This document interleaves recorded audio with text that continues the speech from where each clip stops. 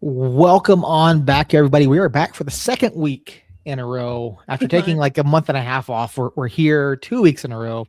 We are United Front. My name, of course, is Seth Bidoff. I'm still getting over whatever this nonsense is. I'm at the end of it. Hopefully, it's done and dusted. Jacob Terrell is here, and we are joined once again by the man himself, Bees, Chris Weehan. Bees, we're so happy to have you back on the show. We were chatting just before. I mean, dude, how have you been? First of all, how are you? How are the wife? How's the family? Thank you guys. Yeah, first of all, thank you guys for I always feel honored when you guys reach out, and it's always we're trying to find that schedules to align. So I appreciate you guys working with me. But I'm super excited to be back. We are doing very well. Life is good. Life is really good. And yeah, just honored to be here and really excited. Fair. I think this is a fair point here. Justin's got a point. I don't have anything signed by Bees, unfortunately. I have signatures from a handful of others, but I never paths never crossed in a way that, because I don't do it when I have the media pass on at the matches. I just find it a little unsavory. So really, it's got to be. I have a poster signed by you or something like that from when I think it was the Taos kit was announced. I think was when I saw you at Electric Playhouse. So if I'm at if I'm at an event like that as a fan, I will approach for autographs. But other than that, I don't usually do it. So that's why, unfortunately. But I'm sure if you're back in town at any point, we can remedy that.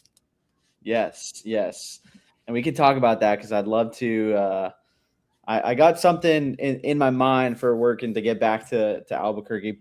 I'm considering possibly running a camp, so that's the first hint at it. I haven't put anything in stone, but my goal this year at some point in the summer is to run some type of camp in Albuquerque, align it up with the game, and get back. And it always fills up my heart when I can get back to Albuquerque and see you guys and see the fans. Yeah, that you mentioned that when we were chatting, and so what are we see the videos, obviously the little snippets on Instagram and stuff that you're doing with coaching related and technique related. What are you looking to do there? Are you looking to grow that some? Are you looking to do camps back in California too, or would this be a New Mexico special? Yeah, so this one in particular that I'm talking about would be a New Mexico special. Do a kid in an adult camp. The adult one will fill it faster. I love that. So what I've been doing is I've really been, when I came out of soccer, I was like, what am I going to do? Stepped away from the game, and I needed that, and I just felt my soul like just feeling called back into the game. And so I've been doing coaching, and mostly I just work on goal scoring. So that's kind of like the main thing you'll see on my social media from here on out is going to be pretty much in line with just like goal scoring technique, mentality. I really reflected, and like the more I reflected, the more I realized that like I was able to kind of carve my path a lot to do with being able to score goals, being able to, and like there are certain moments in my career where like I was on a couple trials in certain moments or tryouts when I was younger, and I scored a goal or did something well in front of goal that kind of like tipped the scale in my favor for a coach to be like, okay, I see something in him. And then that kind of just led to the next opportunity. So I got a good little network growing here in Oceanside. This incredible gentleman had a facility in his backyard that he's going to let me use and run my coaching sessions out of, which is super unique. So you'll start to see some videos and content coming out of this facility. And then camps. I'm figuring out camps. I want to do camps as well in New Mexico, out here in California. And then I'm trying to figure out a way to just grow my network online. I feel like there's a way to work with players and mentor and coach online, but that part I just haven't quite figured out.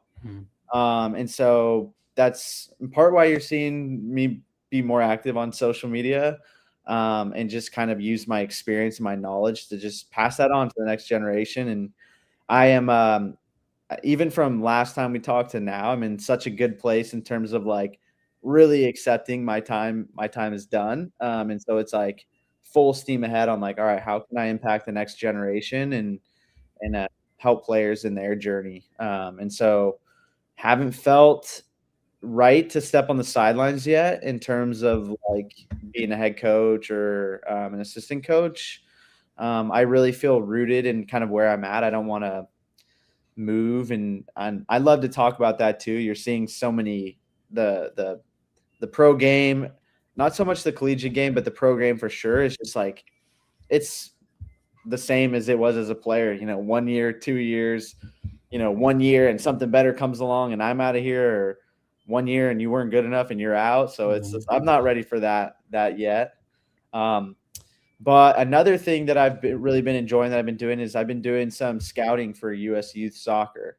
And that has been a new role that I am super excited about and happy to share more if you guys are interested in that as well. Heck yeah, scouting is something that I've always been interested in, not at a soccer level, but other things. I feel like I have a decent eye for some talents, but yeah, let's chat about that for sure. How did you get into that? And what are you finding the most rewarding about that?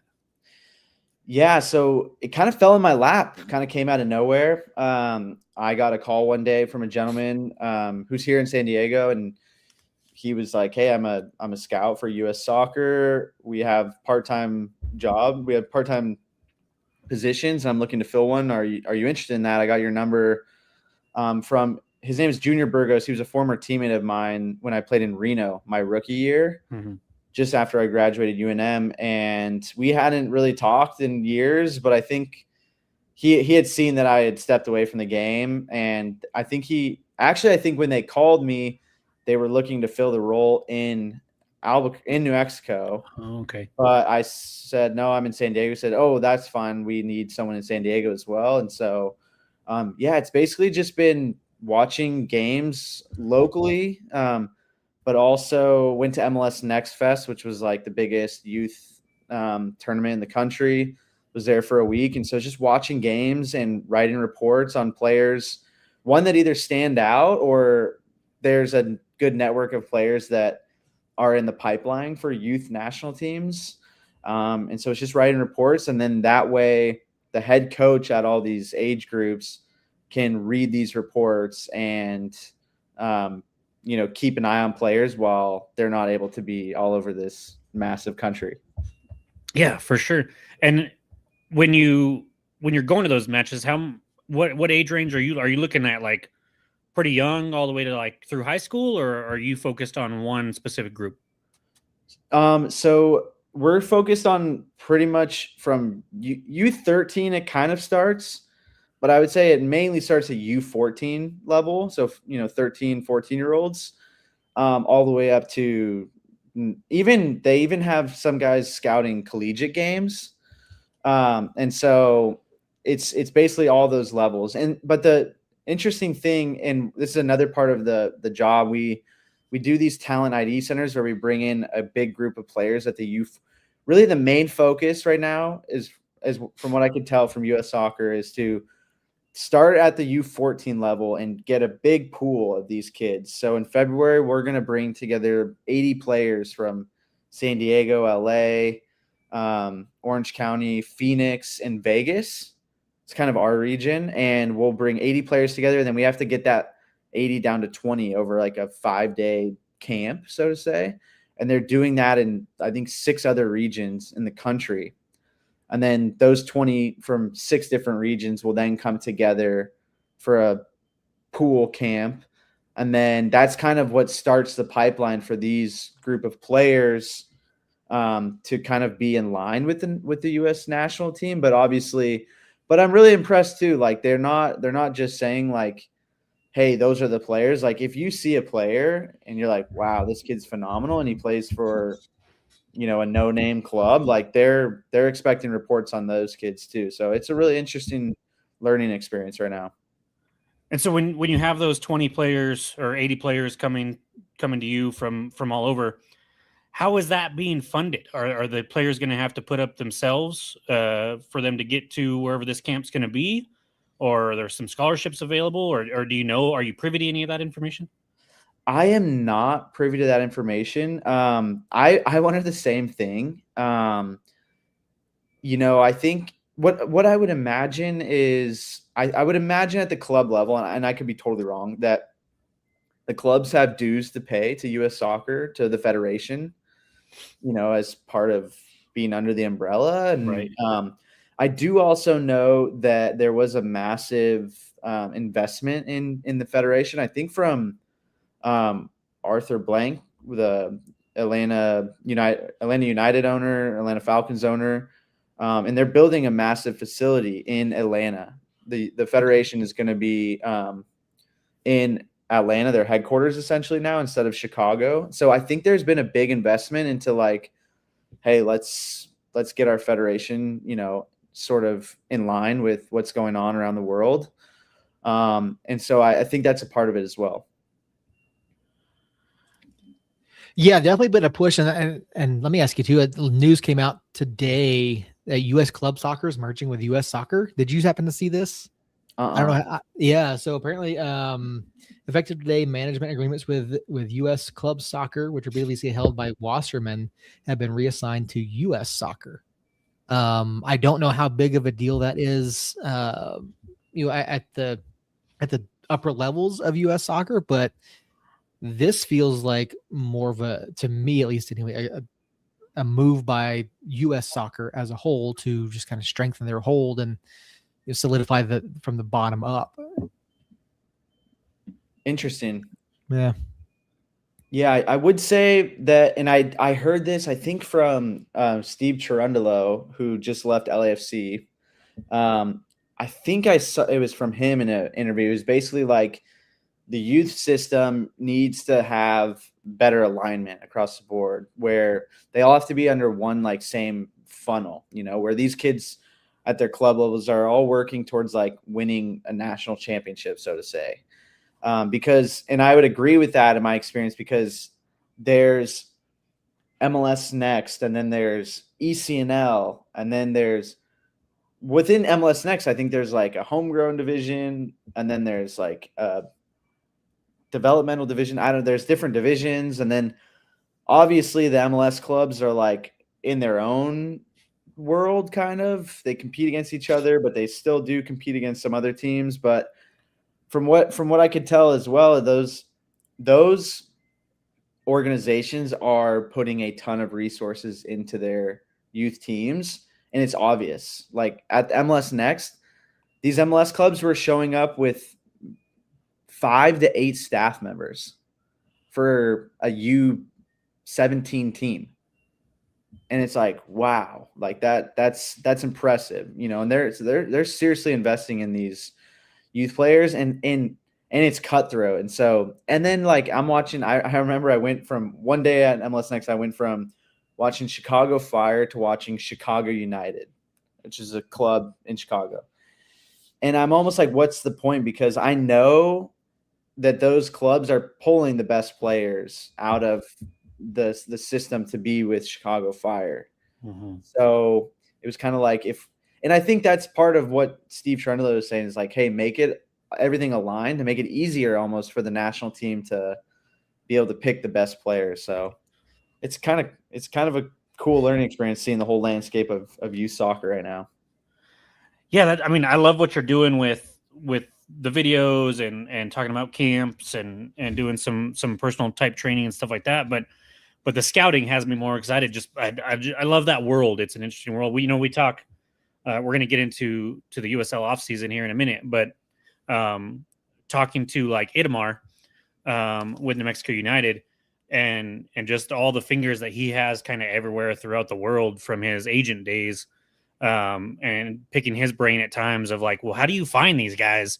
And especially with soccer being such a global sport, obviously, there's talent pools just everywhere that United can pull from, that MLS can pull from, that, I've found that even with U.S. soccer, there are ways to get citizenship a lot of times, even if they're not necessarily playing here right now. And so it's just crazy the reach and span that scouting in the soccer world has compared to basketball or football or baseball. I mean, baseball's a little more worldly than the other two, I feel like, but it still has nothing on soccer. And so to know that you're there and you're focused on one little region in the United States, and then there's how many more scouts in your region alone or in all these other regions that are around the country, and how many kids get missed just because there's so many kids playing soccer that you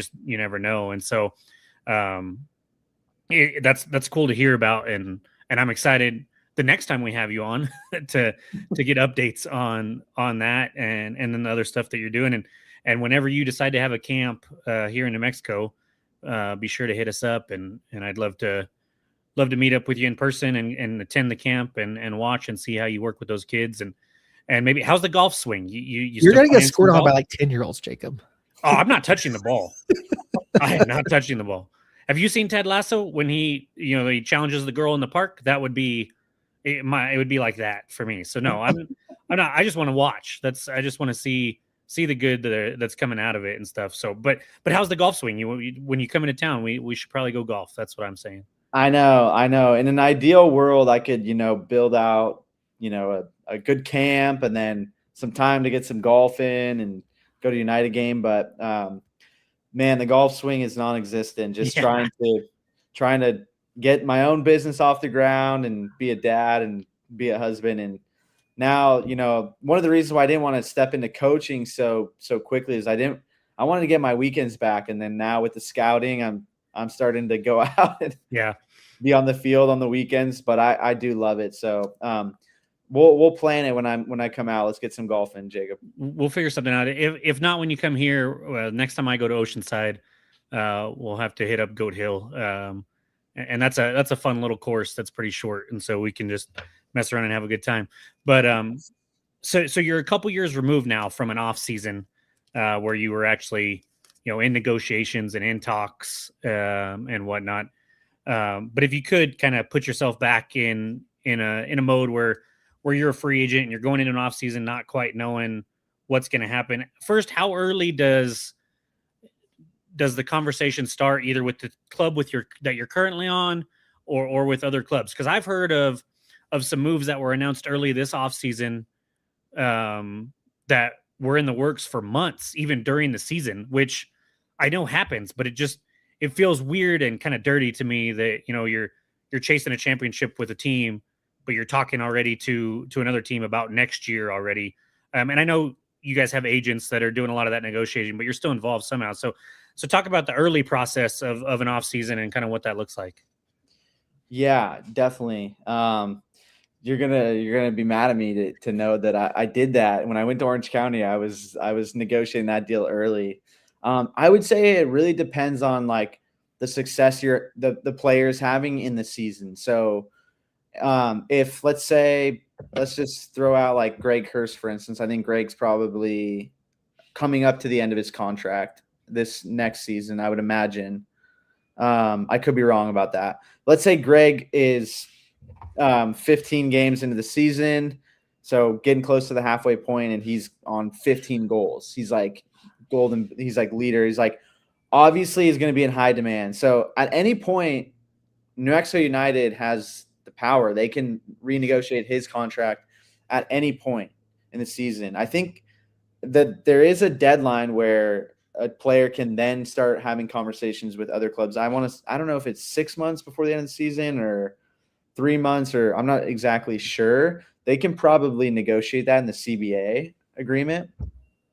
But yeah, once that deadline hits, if you're out of contract, you're only allowed to talk to their clubs if you are out of contract at the end of that season. So, yeah, and it really just depends on the how well you're doing in that season, in how much kind of notice you're getting from around the league.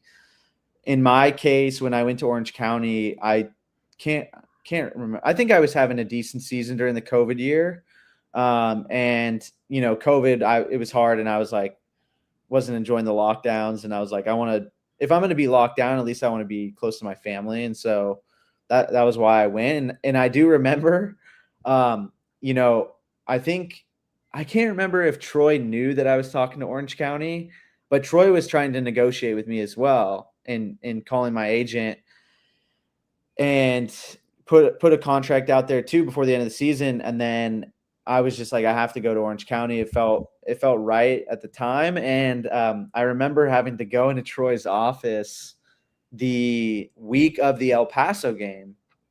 And because he kind of put a deadline on me, he kind of was like, I wouldn't have done it this way, but Troy was like, hey, like, you need to let me know, like, basically before this game. And I was like, well, so then I went into his office, that week. And I think I would love to know what other coaches would have done, but Troy being the person that he is, like, there was no going into that game. Like, there was trust on both sides. Like, he knew I was going to give everything in that El Paso game, and I knew that he was still going to trust me. Like, it wasn't like he was going to, like, yank me at halftime and be like, this guy's already out of here or something. But other coaches, I'm sure, would have. So, Right. But really the power, like, comes down to it really comes down to the clubs that the players are at in terms of negotiating as early as they want. But yeah, I think, I don't know. It then becomes tricky because you see that some clubs that get eliminated early, they start to sign players like pretty quick into the offseason, and clubs that are like going late in the season, like they're focusing on like winning a championship, and they don't, spend as much time like in negotiating, or they still may not know what they're going to do with some players that are on their roster. So that might affect how they negotiate. Yeah. And we saw that. I mean, we saw that this year already with Lexington. They don't make the playoffs. I heard that they spent a lot of money last season as well, and were, if not if not the highest spending club last year on their roster. And so they decide to fix that by spending like 10 times more money. But those are the type of moves that I was hearing was happening like right away, and were in the works months in advance. Which I get it; it's part of it, and as long as there's nothing, like, every league has its own rules when it comes to that kind of stuff. There's tampering rules in other pro leagues and stuff, and so if there's nothing that negates that, then by all means, if you're trying to improve your team, go ahead and do that. It's frustrating from a fan point of view when you're a fan of a team that doesn't seem to do that, or at least doesn't announce it right away, because we've been sitting here. We've kind of been blue balled this winter, because we got the initial key announcements right after the season ended, and then we got nothing for a long, long time. That's what Seth was alluding to when we started the show, was we're back-to-back weeks now, but we went like a month and a half with only one show in the middle of that, just because there was no news. And so, obviously the Orange County move happened, you said was starting beforehand. When you came to New Mexico, what was that negotiation like? And Reno was still a club when you came here, so it wasn't like Reno folded. So Sergio didn't come till after Reno folded. So you were assuming we're a free agent. I don't think we paid a transfer for you that first year, but how did that kind of happen? And what was the timeline for that one? That was a cool story. It was I don't remember the exact. So I went from Reno to San Jose Earthquakes in 2018. So I was under contract in the MLS, and that contract goes until December 31st. Right. And that year that I was there, I wanted to say our last game of the season was the end of October. And that deadline was, they had until basically like November 30th to let me know, to make their decisions. So there was like a good month where they had, and that club was so poorly run, we didn't even have end of the season meetings. Like, there was no meeting. Nothing, huh? It was like I'd never forget the GM was like, if you got, I got an open door. Like if anyone, this was the last meeting of the season, last team meeting. If anyone wants to come and speak to me, like open door. I'm like, well, all right. I don't know where I stand, so I'm gonna go have a conversation with this guy. Knock knock. Hey, can I just curious, like what you thought of my season, like what do I expect? Yeah, it was good. It's good. Like, all right. Well, any idea? Yeah, we'll let you know. I'm like, all right. So last day, so I didn't really negotiate with too many clubs because it wasn't until the last day of the deadline where they called me and let me know, hey, we're not going to pick up your option. So then at that point, then I could start negotiating because I really didn't know. And that shortly after that, I got a call. At that point, I was trying to negotiate and stay in the MLS. And my agent at the time had a couple offers to go on trial in the MLS. And then one of those trials backed out. And then one was pretty firm, which was with the Montreal Impact. And so Troy then called me shortly after I got let go from San Jose. And he was like, hey, like I just got announced the head coach for New Mexico United. I've known you for years. Like, I'd love to have you come back to New Mexico. And I'm like, I had no idea who Troy was. I was like, okay, like, it's still naive to the game. Like, yeah, I didn't know anyone knew who I was. Like, I wasn't really playing in San Jose. And he was like, yeah, I'd love to have you in New Mexico. And I told him, hey, I have an opportunity to go on trial. Like, I really am going to go hard for that. And he said, so he negotiated a deal that was basically like, if I don't get signed by the Montreal Impact by a certain date, then I'd automatically become a New Mexico United player. And so, which was really nice. And I really appreciated that from Troy. And that's just, once again, goes back to the fact that Troy is just an incredible human being. Hmm. And he was like, because he was like, look, like go and like give it your all. Like, I would love for you to like get signed by the Impact, but like I also love to have you. So, this is kind of, and it freed me up so much to like go to trial with the Montreal Impact and be like, I'm good. Like I can give it my all. And if I don't make it, like I'm good. Like I'm going to Albuquerque. Like, right. And I was really excited about that. And so that's kind of how that one came about. And so go ahead. It's really interesting to hear your story there. And like, obviously we've seen other teams fold, and there's a huge difference in end of contract, right? You have the room knowing, hey, I'm coming up towards the end. I'm going to start negotiating now before something happens, right? In the cases where clubs fold, like Reno, or this past fall, like North Carolina, which obviously a horrible situation for everyone in North Carolina. I know they said they're just taking the year off to come back for D1 when it happens, but how much, and you may or may not know, how much notice do you as a player get in that situation? And do they give you more leeway to start negotiating, other terms with other clubs when a situation like that happens? I think it really comes down to the agent in that regard. I think, that's why I think having an agent is super important, and having a good agent is very important. Some players did it on their own, which always was like crazy to me, but power to them. You're kind of like calling your agent like, hey, like it's your job to call the club and get a feel on where I stand. And sometimes that conversation is kind of just like it was in San Jose, like, yeah, it was good. They're doing good. And you don't really get much out of it. So you're like, I have no idea what's going to happen. And then other times they're like, hey, no, like we're happy to start renegotiating a deal. Or I would say, I would guess a club would rarely say like, no, like we're not going to re-sign you if like, even with like a month left in the season. You never know what happens in playoffs or towards the end of the season with injuries, and all of a sudden someone needs to get their number called. So that's where the agent really comes into play.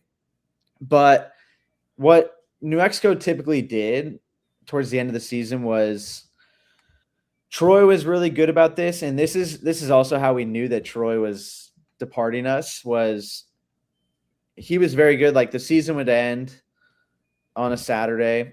We would be off on the Sunday or travel home or whatever. And then Monday, we'd typically get like a message like, hey, here's, or Monday would typically be like, hey, everyone come into the locker room, kind of have like a little post debrief kind of. And then it would be like, hey, like sign up for meeting times. Start with like the senior guys, Josh Suggs signs his name first, Devin Sandoval, and then everyone else kind of trickles in, and then exit physicals happen pretty quick. Everyone's got to go through an exit physical with the doctor, and then that meeting is really the big one. You're kind of like counting down to like get your chance to like sit in the office with Troy at the time, and I think it was like Troy and Zach, and then it became, but that last year it was like there was no text, and it was like, this is weird. And then it was like Wednesday, like everyone like, let's come together. And then there was like no notice, no mention about like individual meetings, and it was like, something's up here. And then that's kind of when Troy told us that he wasn't coming back. But typically, that week, by the end of that first week in the off season, you've had your end of the season meeting, and most of the time they give you an indication like, hey, we liked you, and we can't, most players have an option or you're completely out of contract, and it's like it goes one of two ways. Hey, great season, we liked you, we're picking up your option. Great. Those are probably easy meetings. Awesome. A little bit more challenging meeting, which I've heard many times, is, hey, we liked you, we want to keep you. Your option's too high. We can't pick up your option, but we want to renegotiate.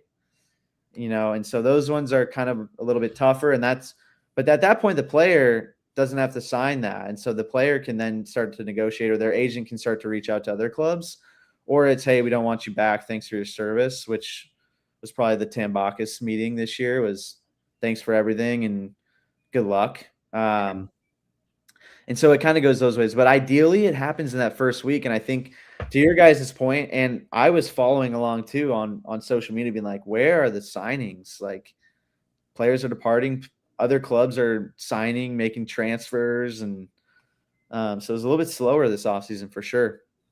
And comparing it to, I talked to fans that were freaking out because there hadn't been announcements. Last year, they didn't do the big roster update news press release type thing right after the season. They kind of sprinkled, okay, these guys are returning, these guys are returning, these guys are returning, these guys aren't coming back, these guys are returning, these guys are returning, throughout the whole December month, basically. I mean, this year they didn't do that. They were just like, hey, here's everybody that's returning, everybody that's options weren't picked up, everybody that's options were picked up, and everybody that's out of contract, and we're going to negotiate with some of those people. Obviously, since then, we've found out, Kip's loan ended, but we brought him back, which me and you talked about over some messages.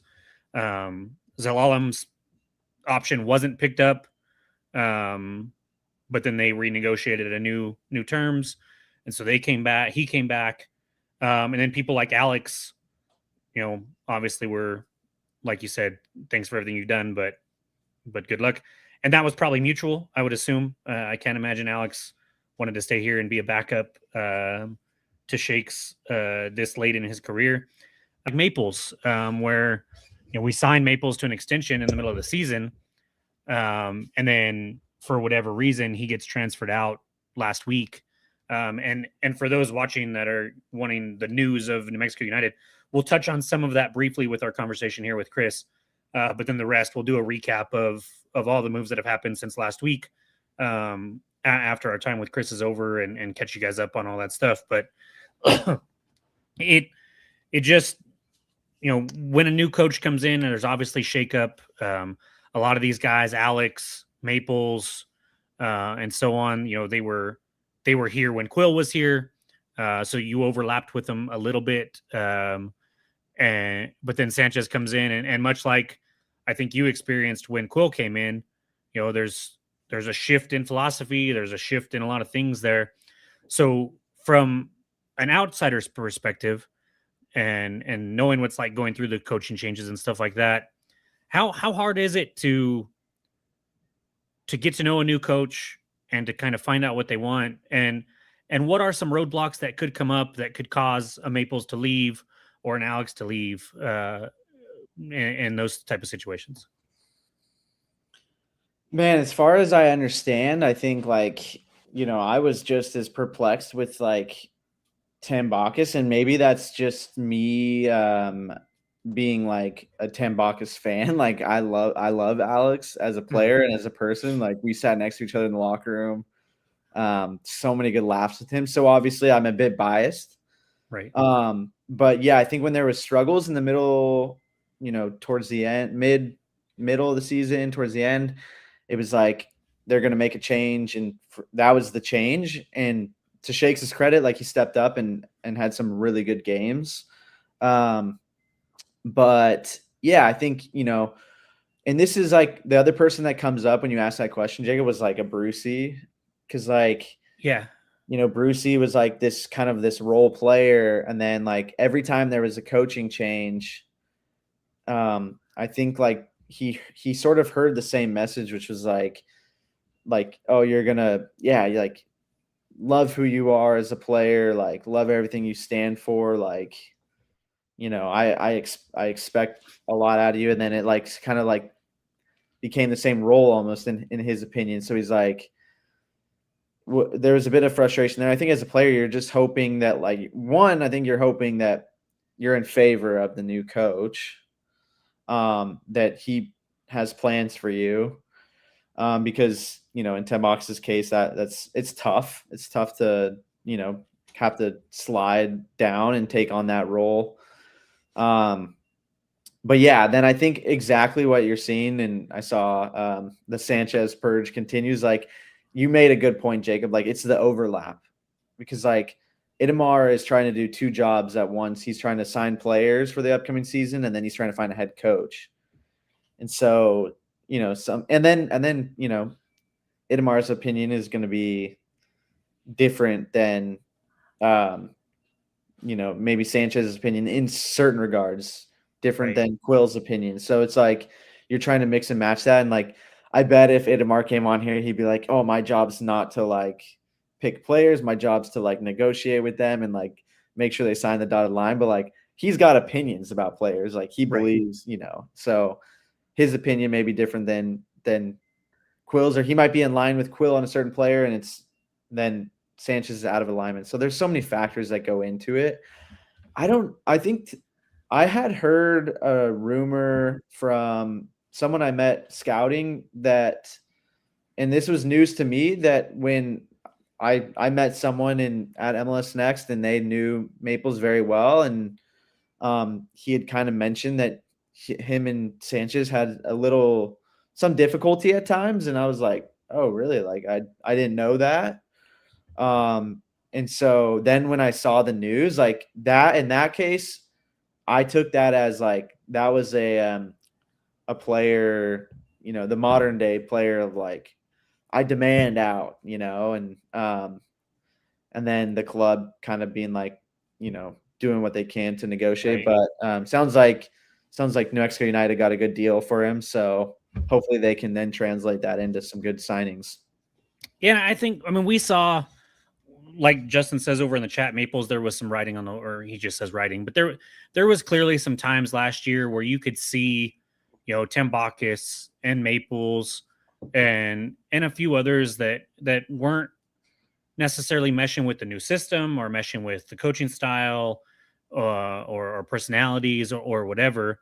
And I credit all the guys that were having those difficulties, because we did put it together there at the end of the year and we did make a run.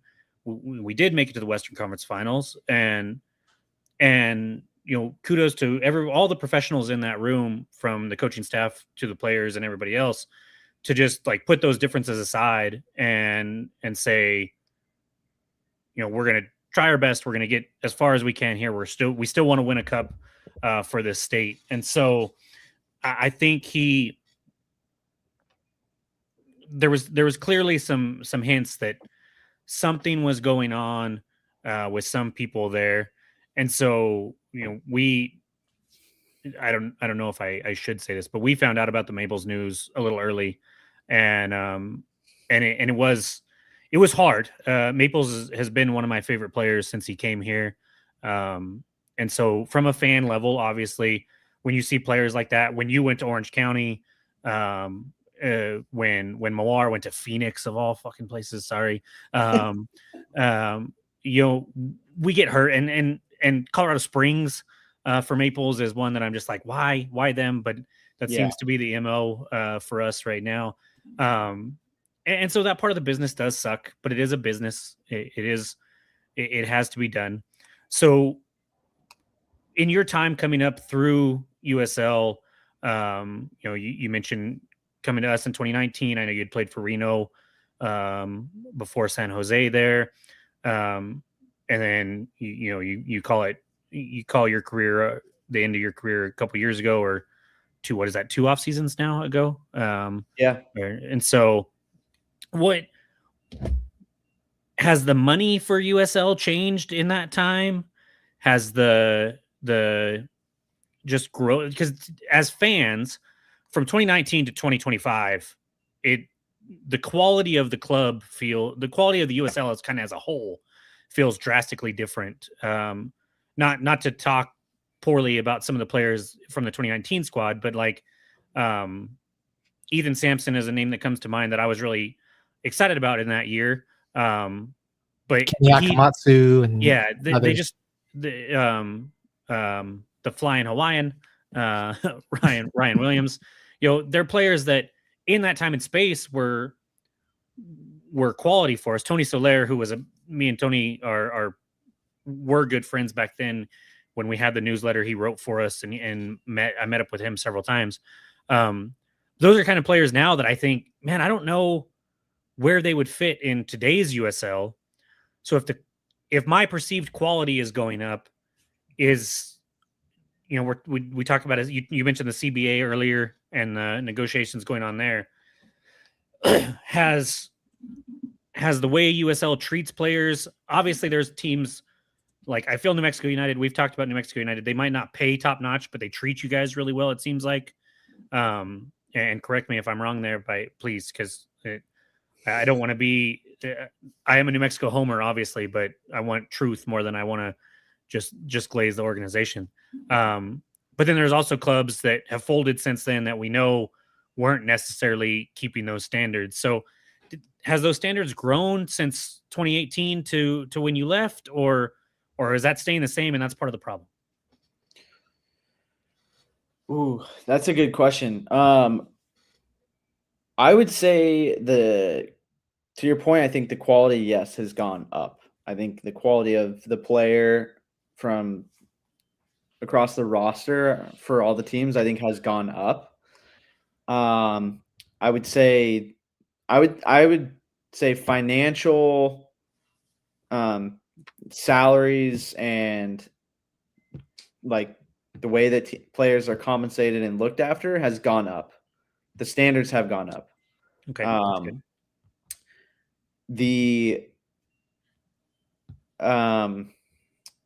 Of course they've gone up, and players are being fed more, being fed better.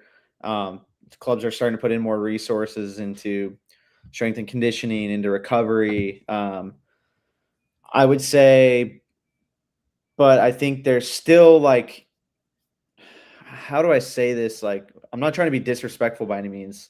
But I think sometimes there is fluff, and I would say that some of these clubs, not necessarily saying New Mexico United, but some of the clubs within the USL, like, give off a good presentation. Like, marketing's good, videos look great, like players look happy, they're pros, there's media day and there's all these things. But then like sometimes, like, if you get really on the inside and if you really study like professional clubs, then it's almost like it's a shell kind of. Are you saying goodnight? Come here. You want to say hi? Who is it? You say hi, Hi, buddy. Hello. Jacob. We're on a podcast. We're big fans of your dad. You say hi? Hi. Hi, buddy. Hello. All right. Good night, big guy. I love you. I'll be up in a minute. Okay. So if I'm making sense in that regard, like, Yeah. and I don't know how that necessarily like translates to your question. But I think that's kind of like why sometimes we see these things that are happening is because like a North Carolina just is like, yep, like we're done. We're going to shut it down for a year. And it's like, wait, what? Like, is there no, like, there's like, how can they even do that? You would think that like, it's because they're set up in a way to do that. Like, there's not really like proper infrastructure Right. and like proper stadiums and like, you know, like if you had built out like a locker room and like a training facility and like all these things, then you would be so into it that you can't necessarily just say like, oh, we're done. And like that stuff's just going to like go to waste, you know? Yeah. So it's a bit like fluff sometimes. And that's what I think frustrates me as a fan. And when I was a player, it frustrated me a lot too. Coming into the league was like mind blowing. Like coming from UNM to Reno, it was like I went from pro soccer to like back to like club soccer. Yeah. In terms of like the facilities and like, you know, the gear and like it was crazy to me. It was like the only thing that was different was like they were paying you a salary now. Right. And so you were like fighting in these unique ways to like, you know, knock on the gym down the street to see if they'd let you in for free. You know, that type of stuff. So, and it always does my head in because it's like these clubs, like every year it's like, and this club's coming into the league and this club's coming into the league. And it's like, so it's like, is the USL just like fighting? Is like the USL just convincing these guys that have like some good money to like write them a check? And then like that's it. Like the USL isn't like, okay, well, here's like, you know, I know that they have like standards, and that was like the big thing with Division I, right? Is that like there's these standards, and it's like, yeah, but like, you know, I don't know. It's if I don't even know if I'm making sense. No, you fully are. And honestly, it opens up a ton of other questions that I have for you regarding like the future of USL and the pro rel talk and the Division I talk that they've had. But I know you said, you know, we've already gone a little over what I wanted to keep you here for. So if I got 10 more minutes if we want to go till okay. 9. That's good with me. Okay. I'm not going to dive into the future stuff, even though I want to, because that could be a whole other can of worms. What I know a lot of the people listening are really curious about is the contract setup in the USL. We know it's not 12 months because that's one of the things that the CBA is fighting for. And then we know that there's a lot of 1+1s. There's a lot of option, and those tend to seemingly are all club options and not player options or mutual options. No. And then we know that the money isn't life-changing necessarily. We've kind of touched on this just in our personal conversations, but what are some of the top end players like a Cal Jennings like player? What's kind of their salary like, and compare that to you know the middle and the bottom of what teams are paying, and I know some teams pay more than others, but just kind of the overall like feel of what these guys are making and how they're being able to survive financially. Remind me again, is Cal still at Battery? So he currently he is a free agent right now, and everything that I'm hearing is he's going to Japan. But I use Cal because he's been around for a long time, and every time he's a free agent, I know fans over in the chat are like, "Oh, Jennings is available." We're not going to pay that much at New Mexico United. It's just not how we build rosters. That being said, we are paying more and more, at least for our roster every year, from my understanding.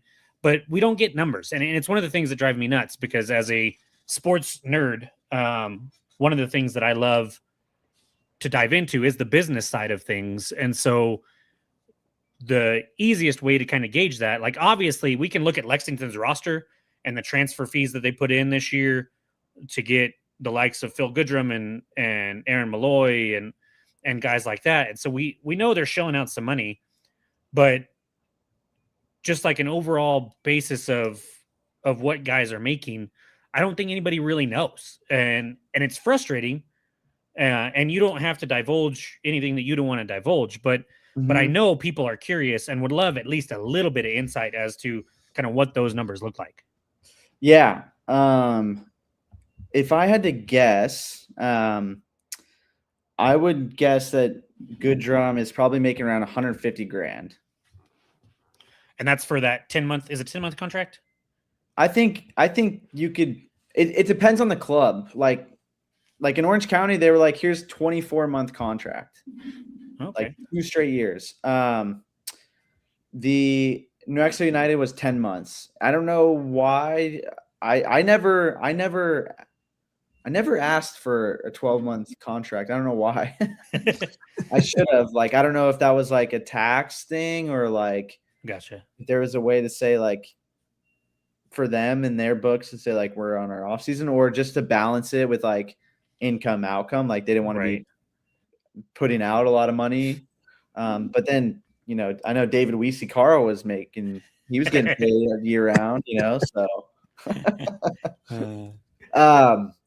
But yeah, so I don't know. So to answer your question, I would say that's my guess. Goodrum's probably been making 150 grand, probably just in salary alone. So what does that come out to?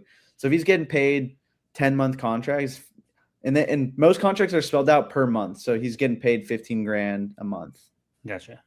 Plus incentives. Like he's probably got, I would bet he's got like a goal bonus, probably got a $200 or $250 per goal bonus. He's probably got a $100 assist bonus. He's probably got a $200 win bonus. He's probably got a bonus for making first team all league, a big bonus for winning the Golden Boot, probably $5,000 for winning the Golden Boot, maybe $2,500 for getting first team, $2,500 to $5,000 for getting first team all league. He's probably got a big bonus if he hits 10 goals. He's probably got a bigger bonus if he hits 20 goals. Stuff like that, if that makes sense. So he can probably get, you know, closer to 175 grand if he's got lighten it up.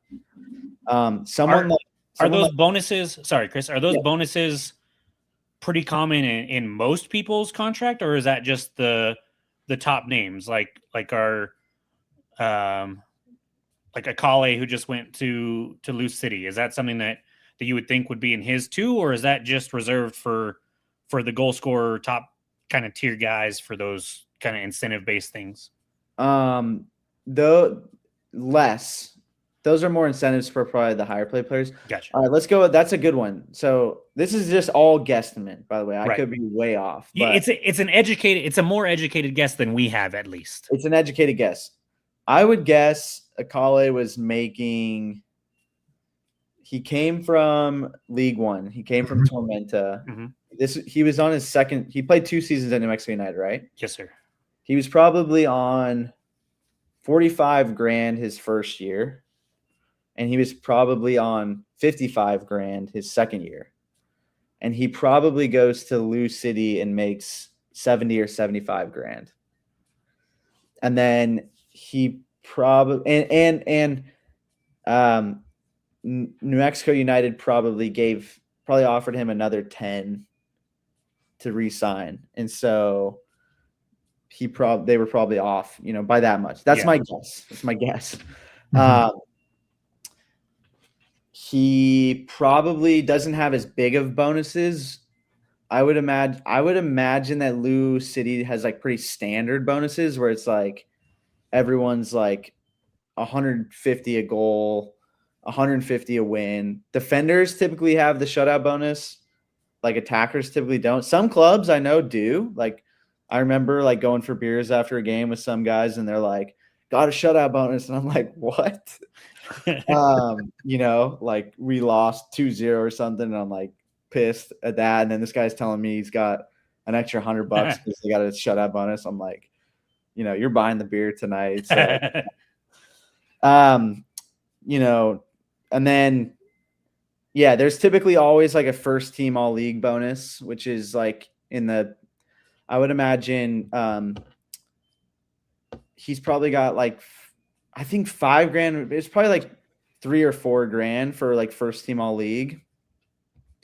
Maybe $1,000 for second team all league.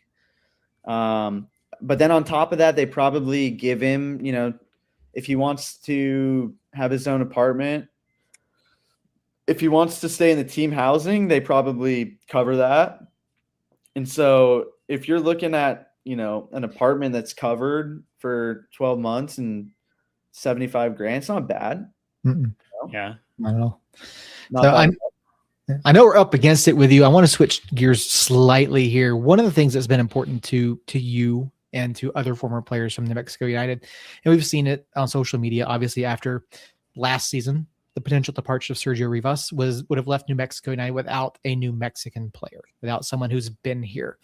Obviously, it's something that we would all love to see.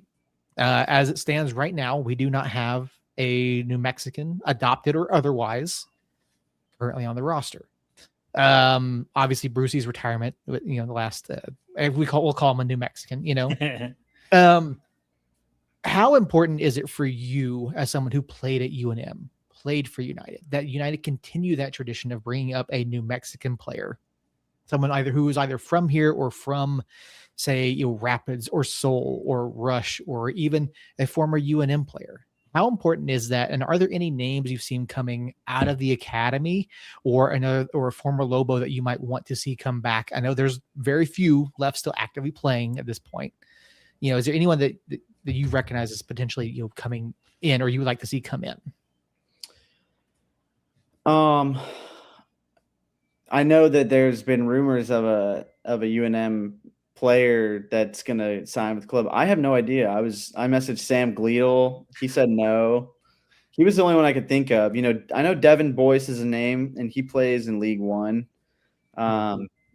Maybe he would sign, but I can't think of anyone that would. I mean, obviously, like the biggest one that I think would mean a lot to the state that is going to be far-fetched, at least for a number of years, is Aaron Herrera. I think he's a player that it would be really cool to bring him back, but he's on a really good trajectory, and right. Hopefully he stays at that high level for as long as he can. He's got like the top mindset to do that as well. So, but no, I think not for me personally, but I think for like New Mexicans are like live like you guys, you know, you guys like live and breathe like New Mexico, the culture. And like I always say, like when I played at UNM, like, you know, and I remember I would like standing at the midfield and they'd be announcing the roster, and like when they announced players that were from New Mexico, from Albuquerque or New Mexico in general, it just was like that much louder of like a cheer. Like it meant like you knew that it meant a lot that there were like Albuquerque kids on the field for UNM. And so it means a lot to people. And I think it has to be a part of the culture. Devin and I spoke about that all the time, that like it has to be a part of the culture of the club. And is Sergio, I think you had mentioned it, he's someone that's up in the air right now. Yeah, he hasn't been re-signed or signed anywhere else. I know talking to him last year, he came on as a trialist actually in preseason and said I was standing with some other fans and he basically said, like, if I don't make the team, I'm hanging him up. And so I'm not sure. My leaning has been he's not coming back. Either he's going to retire or maybe get signed elsewhere. But my guess would be he's probably done in the black and yellow in one or for whatever reason. And so, yeah, and we're kind of at this point, like Seth mentioned, and me and you have talked about, Chris, is like the Lobo men's era is kind of coming to a close. Like there's only a handful of guys that are still active, and the likes of like Sam Gleadle, Aaron Herrera, are in really good situations that they want to be in, and they're not going to be easy to come down to New Mexico United anytime soon. And so really I look at the academy, and that's got to be kind of where we're at. And I think we would have a New Mexico player if Nava didn't hurt his knee, right? And have setbacks with that, and just kind of have to go through that at his young age. And that's not to say that there's not other players that are coming up that could fill that role. I think we're just kind of in an in-between right now where there's not a lot of talent still playing from UNM days, and the academy is still growing and finding its feet to produce at that kind of level. Now, that's not to say that we haven't had good players coming out of the academy. Alex Wagner is doing really good for Portland University after playing with Michigan for a year. And there's several others that are in there that are playing collegiately and doing well in their situations. And maybe those guys after college, maybe they're in a situation then where they could come back here if they wanted to continue playing professionally or after, at least after university for a little while. But we're kind of in this in-between zone. And so it does kind of suck and leaves a void there. But I'm hoping that, with the academy, maybe Herrera eventually comes down here as a retirement tour through New Mexico or something, because I don't think he's going to drop off precipitously anytime soon with the way he's been playing up in MLS. And so, yeah, we're just kind of in this middle zone. And unfortunately for guys like yourself, guys like Devin, who had some medical things come up and couldn't continue, Suggs was getting up there. My boy, Justin Schmidt, serving that higher calling of going to the Army. And so it started off really strong, and we're definitely in a lull right now, but I expect it to continue in one way, shape, or form at some point. Yeah, I think you're making a good point. There's this like the period of UNM players is like coming to an end, sadly, and then like the next crop of younger talent that like came through the academy, and then now they're in college. That like Miles Merritt, like a few other, Alex Wagner, like they're doing really well in college, Division I, but like they still need they needed to go to college. Like they weren't good enough to just jump straight into the USL. And so there's not that talent level like yet. But I think them going to college and developing and then coming back is definitely going to be a possibility. And we'll start to see more players like that. But yeah, in the meantime, it's just like this kind of like, this gray area of like, there's not a ton of young New Mexicans that are good enough to just make that jump and that still need to develop in college. So hopefully in a couple of years, you start to see those guys filter back in through the program and continue to play, but we'll see. You muted, Jacob. The professional right here. Thank you, Chris. I don't want to keep you any longer. We originally said like 8:45, and we're definitely past that. So thank you for the extra time. Thank you for just willing to come on and answer our questions and just chat with us. It's always a pleasure, and keep us in the loop of when you come back to New Mexico for a camp. We'll be sure to get that word out for you as much as we can here as well. And hopefully we have you on.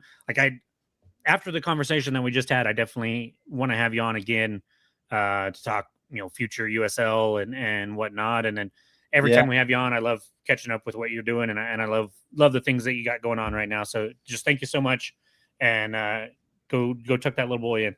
All right, I will. Thank you guys. Hey, I really appreciate you guys like asking me to come on and still be a part of things. And every time I come on, it's not just like good to chat with you guys. But you guys, like your questions are like top notch, and I'm happy to try and provide some of that insight into what's going on behind the scenes and try to bridge the gap, maybe a little less filtered for you guys. Yeah, and I really appreciate that. I know both times I've had you on, I've kind of warned you, hey, some tough questions might be coming, and you handle them with grace and dignity, and I really appreciate that. And I know our listeners and watchers do as well. So thank you, Chris, and we'll be in touch to get you on again at some point. Definitely, I'll be on soon, and thank you to you guys and everyone in the chat. Appreciate you guys watching. All right, talk to you guys soon. Yeah. Thanks, Chris. Thanks, peace. Okay. God, I love having him on. It's great, man. It is fantastic. He's just such a stand up dude, as David says over in the chat. B's the GOAT. Yeah. Hey, David, happy to see you here, man. It's been a minute. Hope you and Chanel are doing well. Like, we miss you guys. We terribly miss you guys. Come back, please. Come back. But with that, we touched on some of the news there with bees, but we actually have had a decently busy week since the last time we came on. 4 days of news. Yeah, some departures, some incoming, no new faces, but some returning faces, and a big shakeup in the back line. And then we got the preseason schedule that dropped today. So where do you want to start? Let's just go chronological order. I mean, and we touched on it earlier. We've known, and we've said this on the podcast before, right? We have sources. We hear things. We do not go run with them until we have the go from someone in a position such as David. We see Carl, or our sources say, yes, this is 100% confirmed. Because we have developed relationships with the club over the past 6 years, and we want to maintain and continue to build that so we can do things like bring on players and coaches and things throughout the season and the off season. So, we knew that Talon was leaving prior to the podcast last week. We had heard it was coming. Maples transferred to Colorado Springs Switchbacks FC for a club record intra-league transfer fee. Now, what we don't know. There's no transparency. We don't know how much this money is, but this stings. Alex going to FC Tulsa stings there because they're intra-league, intra-conference transfers, right? I think that's the worst part of this.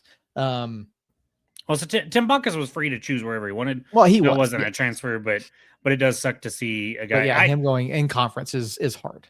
I was convinced he was going to El Paso. I just had that in my head, and so Tulsa was actually like, oh, okay, I can kind of handle that.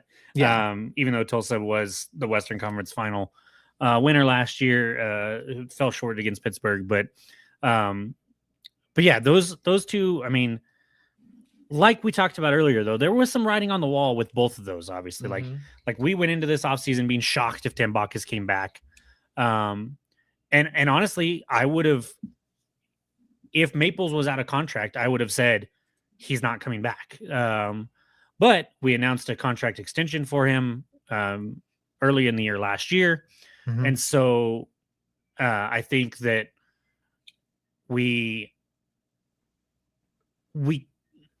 I kind of thought that something like this might happen. But I was really hoping, like Andy says over in the chat, hearing Keller was training was the best news of the offseason. I was really hoping we could bring him back and keep Maples. Mm-hmm. But instead we're going to have to rebuild that whole back line. And yes, Maples was arguably our best player the last 2 years. He was our clear PK taker. One of the captains last year. He is a huge loss. Yeah. But as I said last week when this got announced, it is very important for the club that they have a culture in that locker room that breeds success. Mm-hmm. And while we did make it to the Western Conference Final last year, we know that there was some questions in that locker room. And so they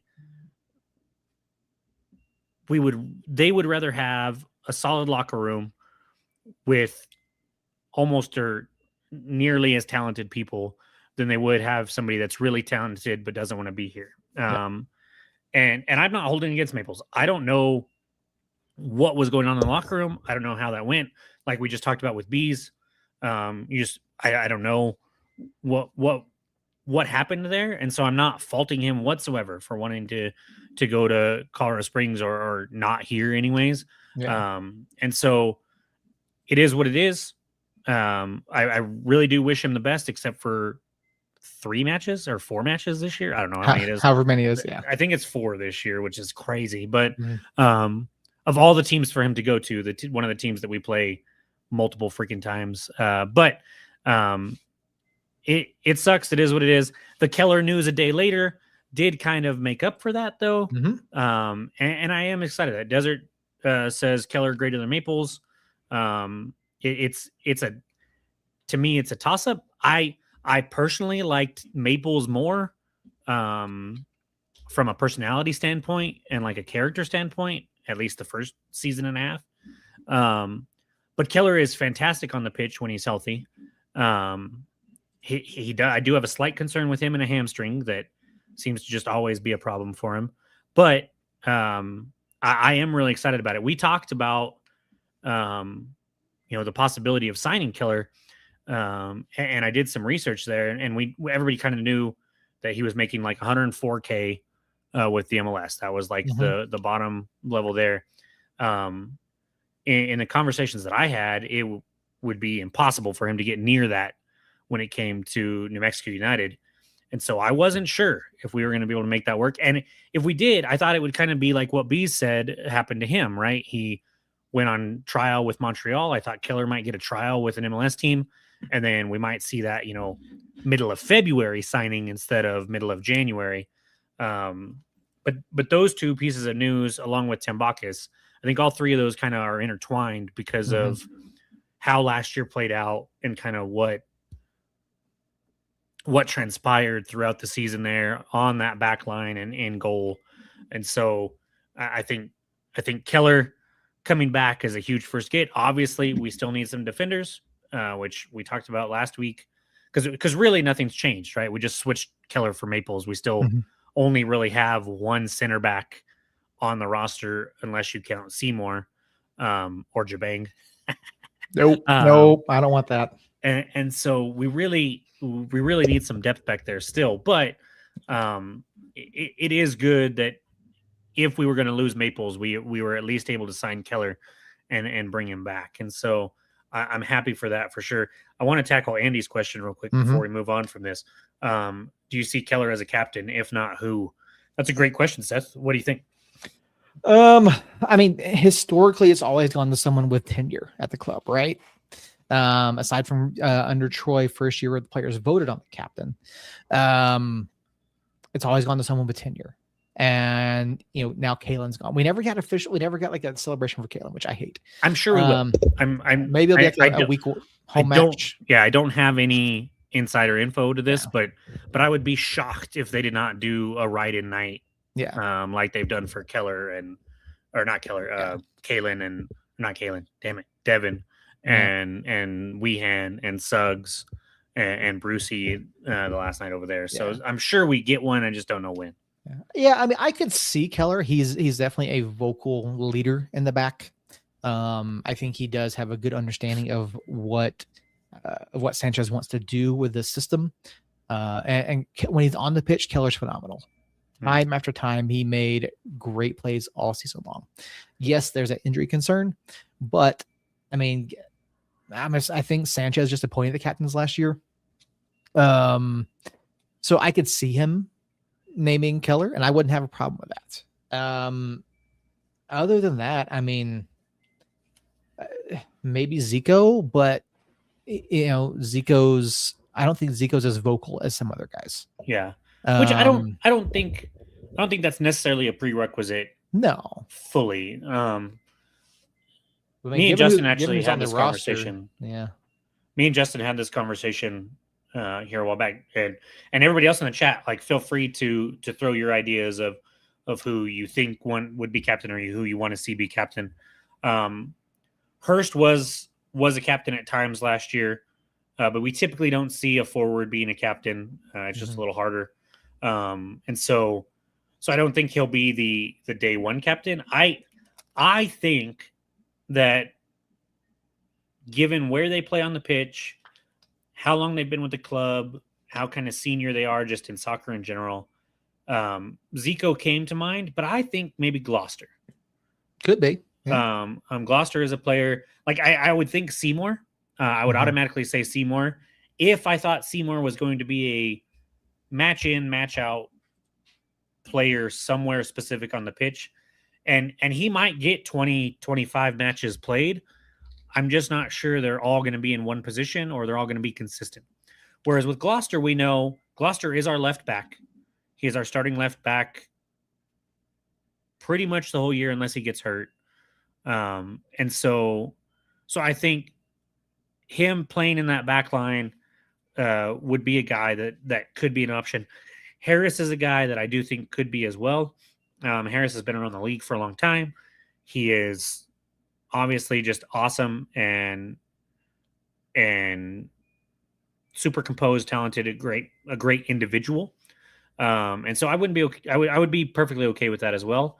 But he plays a little forward up the pitch, which is kind of a thing. And I could see. I mean, maybe, but the problem with Oos is will he be able to stay on the pitch? Yeah, but I could see him. I think he's going to have a bit bigger role because remember he came in late or early in the season, late in the offseason, however you want to look at it. And I do think there was a lot of just kind of not meshing well last year. And this year we're going to have a roster that all wants to be here, that all knows Sanchez's system, that is choosing to come play for Sanchez instead of coming to play for Quill and then getting the rug pulled out, or coming to play for an unknown coach, which a lot of the players, that was the case last offseason, right? And so I do think that Jabang could step up. We could see 2024 levels of Jabang when he was with Vegas, because I do think he performed way better when he was Vegas than with us. And so we could see him return to that now that we're all kind of getting back on the same page. And so, yeah, that's a good shout. I think I'd probably go Gloucester, Harris, Hurst as my three. Maybe Gloucester, Keller, Hurst. I think Hurst has earned the right to be at least a co-captain.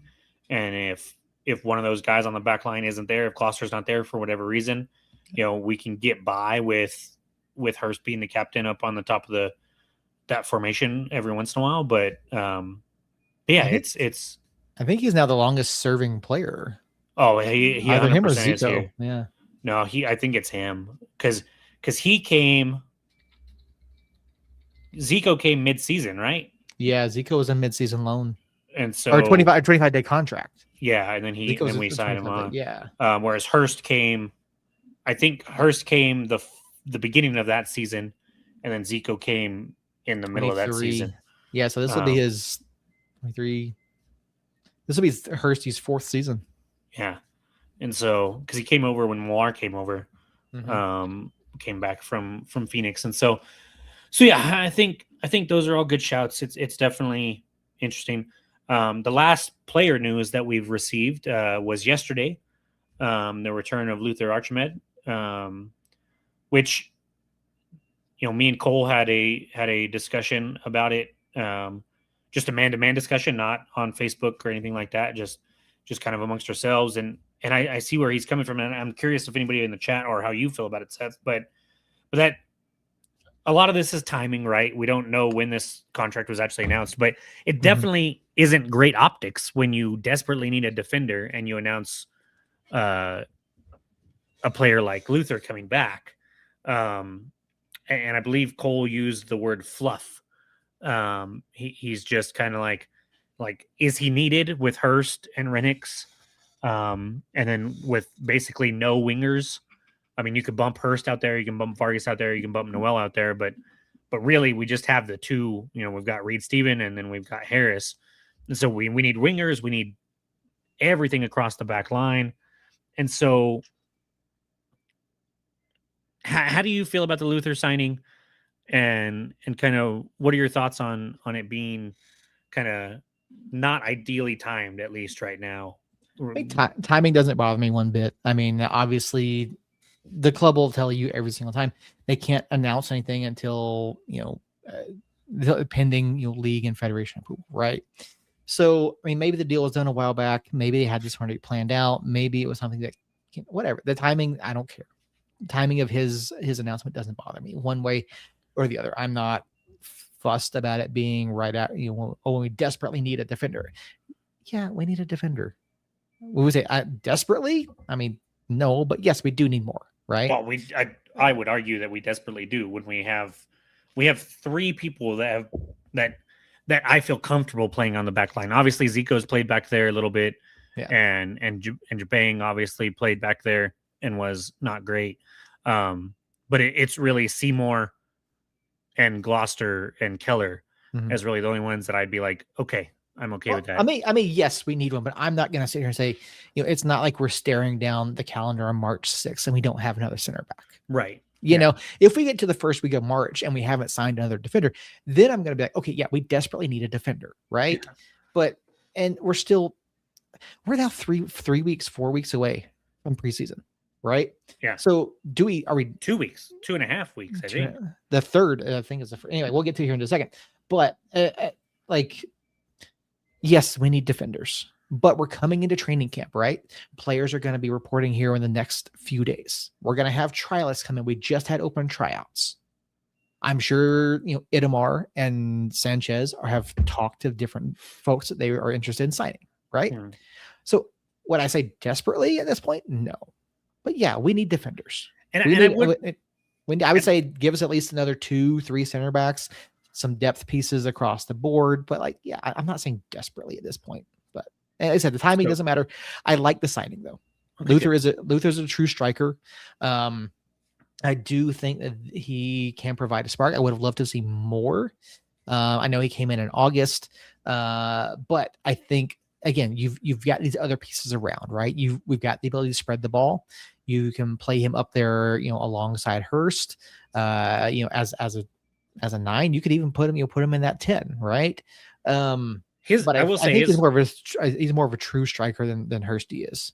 And even with that being said, his hold-up play was phenomenal. He is a big physical guy, and so he could put that center back on his back, control the ball, distribute back, and then make a spin, make a turn, and make a run towards goal and start something there. And so I'm very excited about it. I think what it gives you, I'm not sure about Renix. I just, because he has played overseas the last couple of years, it's kind of really hard to get tape on him. But he seems like the type that could play maybe out on a wing at times. So you could see a Hurst Renix combo. You could see a Hurst Archimed combo. You could see a Renix Archimed combo in some way, shape, or form if we're desperate and we need another striker up front.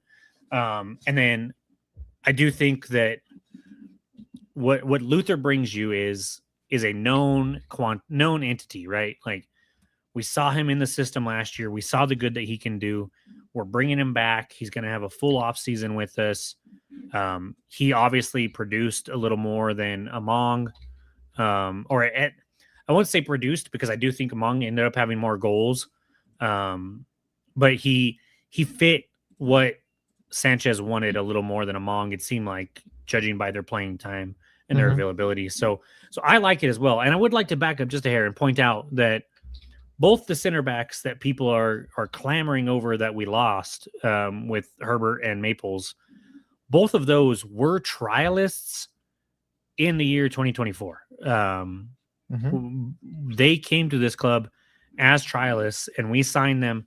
I remember going to media day, not knowing who they were because they hadn't been announced, breaking it to you guys that we have these 2 trialists, Talon Maples and Anthony Herbert, and then signing them eventually to first team contracts. And then of course them taking off and being who they are now, especially with likes of Talon Maples. And so one of the things that I'm excited about to kind of transition into our last little bit of news here, the preseason schedule was put out.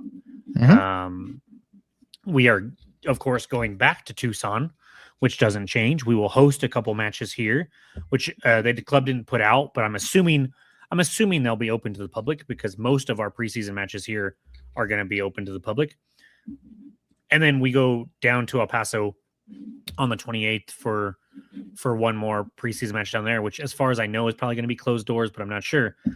But the biggest thing that I see is one of those Tucson matches of ours is going to be.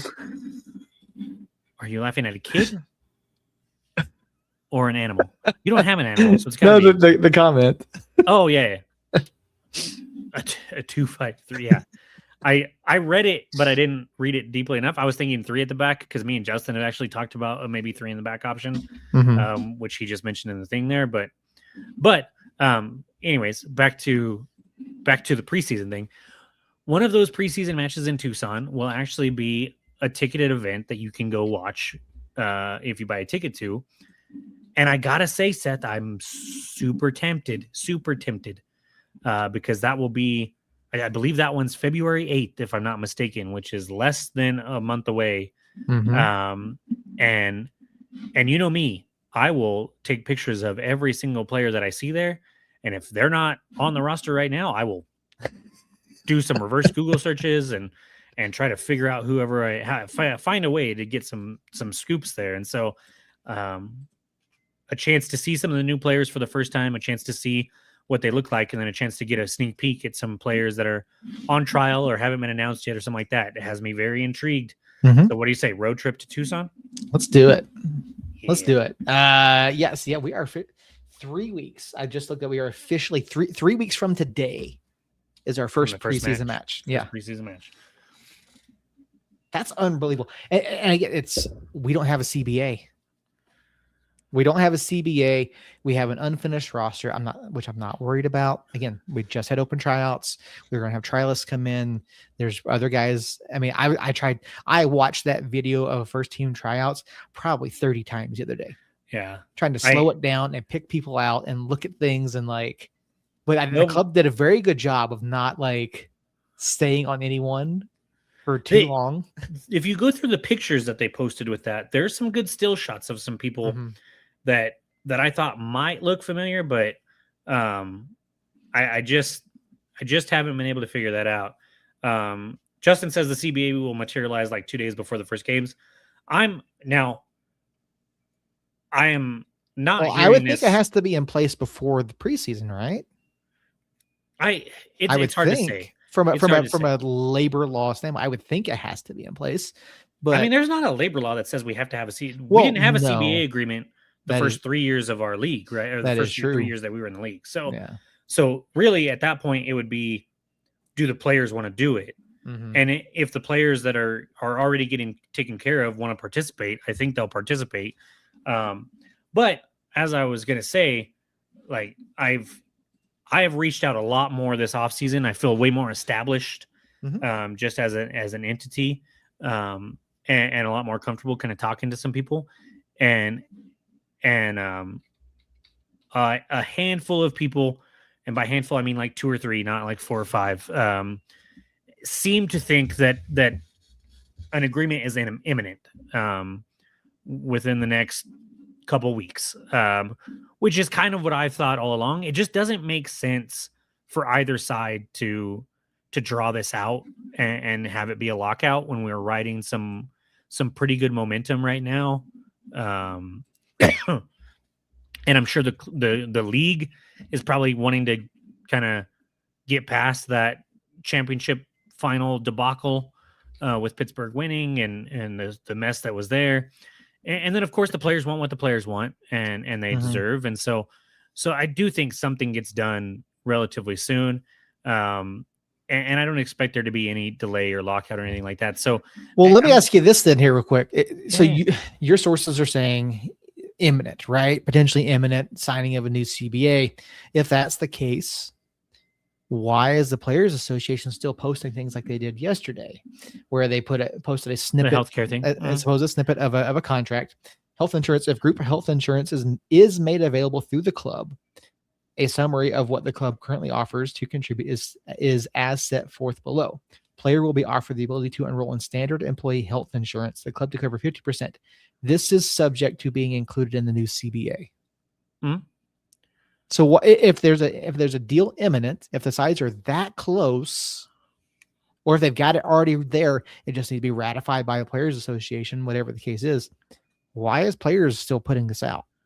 Well, the whole I'm full disclosure, I'm not the hugest fan of unions. And so I understand the importance in a lot of aspects, but a lot of that is, just because it's imminent doesn't mean that it's finalized or done. And they still have moves that they can make like this, where they're trying to get people on their side, which I think most of the people are on the player side in most of this stuff, especially with how seemingly low their asking prices are for this stuff. But it's just a way to continue to use that leverage and force that leverage on the league. And because what I expect will happen is similar to what happened with the first CBA, right? They asked for this. They asked for this. They got this. Now they're asking for this, and they're going to get this. And then the next time when this expires, they're going to ask for this, and they're going to get a little lower. And that's how these things work, right? It's not so just because this deal is imminent or done or in place doesn't mean that they aren't already looking ahead to when this deal expires, right? Or when maybe some last little tweaks to this current CBA that they're working on. Like the players will put out stuff anytime something like this is coming up. And so I don't think that we've heard the sky is falling from the Players Association for months now, right? Like from the beginning of when they started putting this stuff out. And their job is to paint the USL as the bad guy in the public's eyes, to give themselves leverage to get this stuff done. And that's not going to stop until both parties have signed on a dotted line. And so just because it's imminent and possibly coming in the next couple weeks doesn't mean that it's completely finalized. And it doesn't mean that the Players Association isn't already looking to keep getting that leverage and building that rapport with the public for next time this happens, if it happens again. And so I don't look at that as, I haven't looked at anything the USLPA has put out nearly as seriously as they've probably wanted me to, just because I know the game. The game is, we do this, we get leverage, you acquiesce, we sign on the dotted line, everybody's happy. And that's still just what's going on. So it's first of all great that we had a CBA to begin with, going into the last couple of years. And I think it's just indicative, like we talked with Weehan about, the talent and the quality of this league and the quality of the benefits and pay have continued on an upward trajectory. And I think that's fantastic. And the CBA is just going to kind of solidify that. And so I'm still not worried about it. I think it's going to happen. Now, if we get to March 6th and it still hasn't been signed, or maybe even like February 20th and it still hasn't been signed, I might sing a little different tune. But I'm smart enough to know that in a lot of these things that are on social media, I don't know all the facts. And so why am I going to sit here and act like I'm the be all, end all, know it all when it comes to this stuff? My personal opinion is that the CBA gets signed and we move on before it gets too far into preseason, or even preseason, before even preseason gets here. But I might be wrong. I don't know. None of us that are sitting here talking about this over and over again are in those negotiations and know what's going on. And you're not going to get an unbiased opinion coming out of that room, because the only people in that room are either on the Players Association side or on the league side. And so anything that gets put out is going to be skewed and biased in one way, shape, or form. And so until the CBA gets signed, we're not going to be privy to any of that. So I'll continue to wear my rose-colored glasses and think that it's going to get signed pretty soon. And if it doesn't, then I made a mistake. Whoop-de-doo. Yep, fair enough. So yeah, all right. Anything else we need to cover? Not that I can think of. We could talk about some more player movement, but I think we hit the hour and a half mark. We're past the 90 minutes. We're into stoppage time already. So I think we can wrap it up for this week. We'll be back next week. I'm still expecting a slew of announcements coming out. We've heard more than just Maples is leaving, and so there are still some things that I expect to come down the line, and I wouldn't be surprised if they come down the line. And so just keep an eye on United socials. I have a helpful little hint that I'm not going to tell y'all, but Don't let other people scoop us. That's our news. But keep an eye on our stuff as well. Earlier before announcements are made, and yeah, thank you guys over in the chat. So Seth, what do you got? Anything else? How are you? We talked with bees, but we haven't how was your week? You doing all right? The new job's still going okay? Kids doing good? Yeah, job's going well. Kids are good. Not a whole lot of sleep this week. Learned a lot at work, but yeah, no, it's been good. It's been a good week. So yeah, I have noticed that with the new job, the chat is a little quieter from you. You got all those new things going through your head and everything like that. So to be fair, Harry is not talking either. So Harry talked more today than you did. He didn't. He's not talking a lot, but he did talk more than you did today. Yeah. No, I can say I was handling trying to help handle a sensitive matter that changed last minute.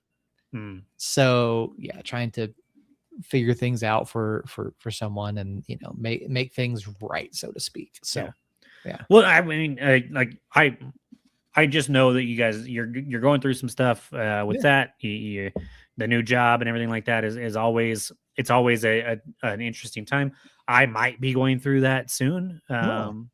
We'll talk about that more later on down the line. There's a lot of ifs, ands, and buts that could happen that keep me here, which I'm perfectly happy where I'm at. So I don't mind, but might have an opportunity to move up a little bit and take a different job. So we'll see what happens there. But I'm just happy that you made it, Seth. And we had a great conversation with bees, a great conversation with the people over in the chat. So everybody over in the chat, Justin, Josh, Andy was over there. Symphonic. Do we know who Symphonic is? Do you know who Symphonic is? I do. Okay. Yeah. You don't have to scoop them now. I'm not gonna. Yeah. I think I know who it is too. But Symphonic, thank you. Desert, thank you. Desert, real quick, type your real name in there one more time because I know you did it a few episodes ago, but that was a long time ago, and so just want to make sure that I get it right there. Alex, my boy Alex, big fan. Alex, I saw you played some indoor soccer over the weekend. You said for the first time in a long time. Congratulations. Love the journey that you're on and the work that you're putting in, and it's awesome to see. Our boy David, of course, over in the chat. Linda over in the chat. Eric popped in to say hello. Mike Kearns. Mike Kearns. Thank you, Mike. One name we didn't see, which I don't think we talked about Zalalem last week, didn't we? We haven't seen him. He's been in the Discord. Has he? Okay. He did react to the news in the Discord, but that was it. Okay. I have not seen Space Kid other than that. So he hasn't been over here. We've got Michael Bencomo and Cool Will 20 that was over in the chat to begin with as well. So thank all of you guys. Love having you all on. It's awesome when we have Bees on. I hope we can get him back on. I am in talks with Delmy. It looks like we will be able to get Coach on, not for a full episode like we normally do, but sometime in February, looks like we'll be able to get him on. So be looking for that. And I think we might reach out to Brucey. Because Brucey has always been wanting to come on the pod, but we hadn't been able to get him on when he was on the roster. But now that he's retired, he might have some free time like a Bees to come on whenever he gets a chance. So I might reach out to him this week and see what happens. He wants to come on. So, yeah, for sure. We need to get Bees on. I'll reach out, see if we can schedule Bruce and stuff like that. So, but yeah, thank you. Now, is that Mama Jeremiah, or is that Jeremiah in the chat? Is what I want to know. But thank you for the heart. Love you guys. I miss Jeremiah. And so I Ilya Illich, that throwback there, Mike. Yeah. Good job, Mama. All right. Thank you guys so much. We will be back next week. We're back to the once a week. I expect more news to drop. And so we will be back to break all that down. Might start getting into a little bit of a prediction stuff. Oh, he's at a game today. I saw you post some basketball pictures of his, and I looked up, I'll schedule. If I get a chance, I would love to make it out to a basketball game of his. Basketball is my first love. Sorry, soccer fans. But like I said, it's been 3 months or 2 months since I've seen him. And I don't want to wait another 3 months to chat with him. We need to get him back on the pod as well. So, but we'll be back. Thank you guys so much. Tune in again next week, same time, same place. And until then, love y'all. Somos Unidos.